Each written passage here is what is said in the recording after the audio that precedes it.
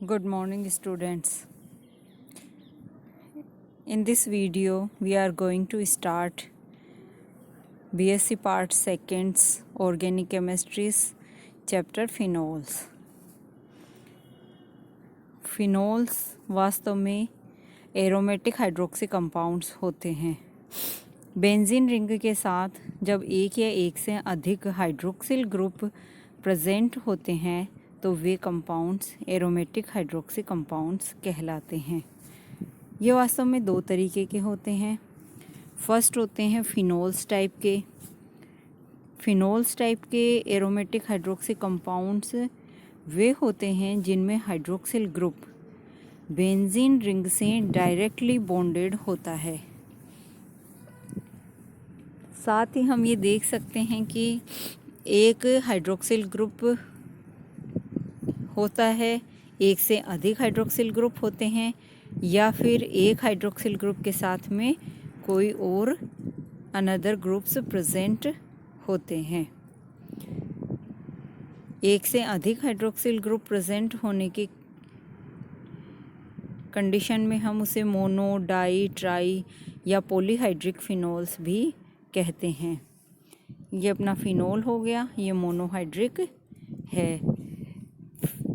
Hydroxyl group के साथ दूसरा ग्रुप प्रेजेंट है तो उसे हम क्रिसोल कहते हैं। जब CH3 ग्रुप प्रेजेंट है तो दो OH ग्रुप प्रेजेंट होने पर वो डाईहाइड्रिक हो गया।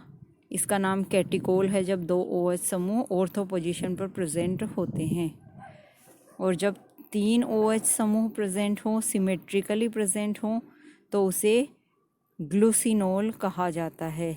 यह क्या हो गया वास्तव में? ट्राईहाइड्रिक फ्लोरोग्लूसिनोल। सेकंड होते हैं एरोमेटिक अल्कोहल्स। ऐसे कंपाउंड्स जिनमें हाइड्रोक्सिल ग्रुप बेंजीन रिंग से बॉन्डेड किसी साइड चेन में प्रेजेंट होता है, वे एरोमेटिक अल्कोहल्स कहलाते हैं। और फिनोल्स में डायरेक्टली बेंजीन रिंग से बॉन्डेड होते हैं हाइड्रोक्सिल ग्रुप्स। दोनों में डिफरेंस हो गया। इन कंपाउंड्स को primary alcohol, secondary alcohol and tertiary alcohol में क्लासिफाई किया जा सकता है। फिनोल्स जो होते हैं वो स्लाइटली एसिडिक नेचर के होते हैं, लेकिन ये एरोमेटिक अल्कोहल्स न्यूट्रल होते हैं। एरोमेटिक अल्कोहल्स के कुछ एग्जाम्पल हम यहाँ देख सकते हैं। ये देखिए, बेंजिल अल्कोहल है, 2-फेनिल प्रोपेनॉल है। इस तरीके के अल्कोहल्स एरोमेटिक हैं। इनका नोमेनक्लेचर देखें अपन। फर्स्टली हम बात करेंगे मोनोहाइड्रिक फिनोल्स की, यानी बेंजीन रिंग से डायरेक्टली बॉन्डेड हाइड्रोक्सिल ग्रुप वाले कंपाउंड्स जिनमें एक OH समूह उपस्थित हो। सिंपलेस्ट एग्जाम्पल इसका, बेंजीन रिंग पर हाइड्रोक्सिल ग्रुप प्रेजेंट हो, फिनोल। बेंजीन रिंग पर हाइड्रोक्सिल ग्रुप के साथ अन्य ग्रुप CH3 प्रेजेंट हो। अगर यह ऑर्थो पोजीशन पे होगा तो इसे ऑर्थोक्रिसोल के नाम से जाना जाता है। मेटा पोजीशन पर होने पर मेटाक्रिसोल तथा पैरा पोजीशन पे इसे पैराक्रिसोल कहा जाता है। डाईहाइड्रिक फिनोल्स की बात करें हम, अगर दो OH समूह बेंजीन रिंग पर डायरेक्टली बॉन्डेड हैं ऑर्थो पोजीशन पे तो इसे कैटिकोल कहा जाता है। मेटा पोजीशन पे प्रेजेंट होने पर इसे रिसोर्सिनोल कहा जाता है, और पैरा पोजीशन पर प्रेजेंट होने पर इसे क्विनोल या हाइड्रोक्विनोल इस तरीके से कहा जाता है। IUPAC सिस्टम में इनके नाम 1,2 डाईहाइड्रोक्सी बेंजीन, 1,3 डाईहाइड्रोक्सी बेंजीन तथा 1,4 डाईहाइड्रोक्सी बेंजीन हैं। इसी तरीके से ट्राईहाइड्रोक्सी फिनोल्स की अगर अपन बात करें तो 135 पोजीशन पे जब हाइड्रोक्सिल ग्रुप प्रेजेंट हो तो इसे 135 ट्राईहाइड्रोक्सी बेंजीन कहा जाता है, यह इसका नाम। या फिर इसे फ्लोरोग्लूसिनोल भी कहा जाता है। 1, 2, 3 पोजीशंस पे अगर हाइड्रोक्सिल ग्रुप प्रेजेंट हो तो इसे हम 1, 2, 3 ट्राईहाइड्रोक्सी बेंजीन के नाम से जानते हैं, और इसे ट्रिवियल सिस्टम में पायरोगैलोल भी कहा जाता है। 1 to 4 पोजीशन पे अगर OH ग्रुप प्रेजेंट हो तो 1 to 4 ट्राई हाइड्रोक्सी बेंजीन इसका IUPAC नाम हो गया, और ट्रिवियल सिस्टम में इसका नाम हाइड्रोक्सी क्विनोन हो गया। कुछ और एग्जांपल्स यहाँ पे देखें अपन। जब हाइड्रोक्सिल ग्रुप के साथ में क्लोरीन प्रेजेंट हो तो उसे क्लोरोफिनोल कहा जाता है। पोजीशन बता देंगे अब, ऑर्थोक्लोरोफिनोल है या मेटाक्लोरोफिनोल है या पैराक्लोरोफिनोल है। कुछ और एग्जांपल हम देख सकते हैं यहाँ पे, जैसे कि एक हाइड्रोक्सिल ग्रुप है, NO2 ग्रुप है और साथ में क्लोरीन भी प्रेजेंट है। तो पोजीशन के द्वारा अपन इसके नंबरिंग कर देंगे। नंबरिंग के बाद में हम इनको पोजीशन के अकॉर्डिंग IUPAC सिस्टम में नामकरण इसका कर देंगे, तो इसका नाम होगा 4-क्लोरो-2-नाइट्रोफिनोल। ऐसे कुछ और एग्जाम्पल्स आपकी बुक में दिए हुए होंगे, उनकी आप नामकरण की प्रैक्टिस कीजिएगा। यदि OH ग्रुप के अलावा कार्बोक्सिलिक ग्रुप, एस्टर ग्रुप या कार्बोनिल ग्रुप प्रेजेंट हो तो हम OH को हाइड्रोक्सी के रूप में भी लिखते हैं। जैसे कि मेन फंक्शनल ग्रुप दूसरा प्रेजेंट होने पर इसे प्रीफिक्स के रूप में लिखा जाएगा। जैसे एक एग्जाम्पल हम यहाँ पे देख सकते हैं, COCH3, यहाँ पे फिनोन प्रेजेंट है तो अपन इसकी नंबरिंग करेंगे। देखिए यहाँ पे नंबरिंग की गई है 1 2 3 4 5 6। इसका IUPAC नाम होगा 6 ब्रोमो, 2 और 4 पे हाइड्रोक्सी है तो डाईहाइड्रोक्सी एसीटोफिनोन। इसी तरीके से कार्बोक्सिलिक ग्रुप प्रेजेंट होने पर भी प्रेफरेंस COOH ग्रुप को मिल जाएगी, तो 4 हाइड्रोक्सी 2 नाइट्रोबेंजोइक एसिड इसका नाम हो जाएगा।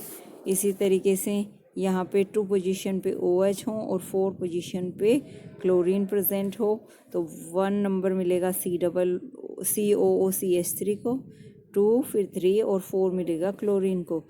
तो इसका नाम हो जाएगा, ये ईथर का वो हो गया, डेरिवेटिव हो गया, तो इसका नाम हो जाएगा मिथाइल 4-क्लोरो-2 हाइड्रोक्सी बेंजोएट।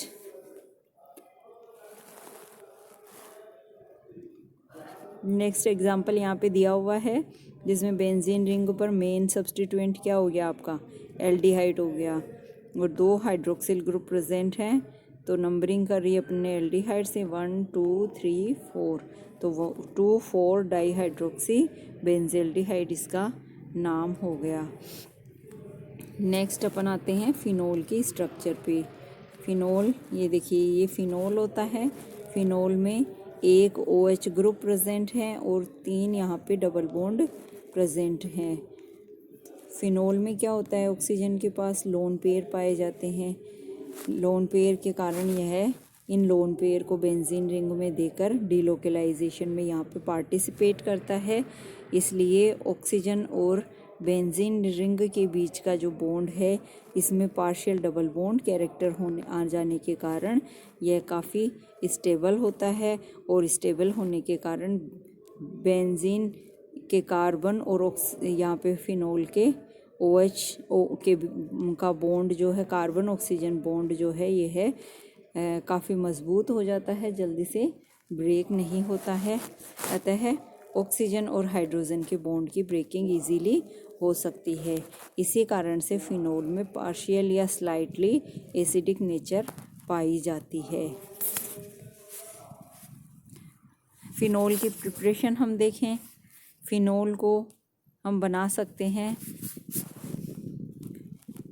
कोल तार से। कोल तार का जब प्रभाज्यास्वन या फ्रैक्शनल डिस्टिलेशन किया जाता है तो 170 डिग्री सेल्सियस से 230 डिग्री सेल्सियस के बीच में जो प्रभाज प्राप्त होता है उसे मध्य प्रभाज या मध्य तेल अंश के नाम से जाना जाता है। और इसी में फिनोल, क्रिसोल और नेफ्थलीन ये सभी प्रेजेंट होते हैं। कुछ मात्रा में फिनोल भी होता है, क्रिसोल भी होता है और नेफ्थलीन भी होता है। इसको ठंडा कर लिया जाता है। ठंडा करने पर इसमें से 43% नेफ्थलीन तो क्रिस्टलाइज होकर सेपरेट हो जाती है। शेष जो लिक्विड फॉर्म में बचता है उसे मात्र द्रव कहा जाता है।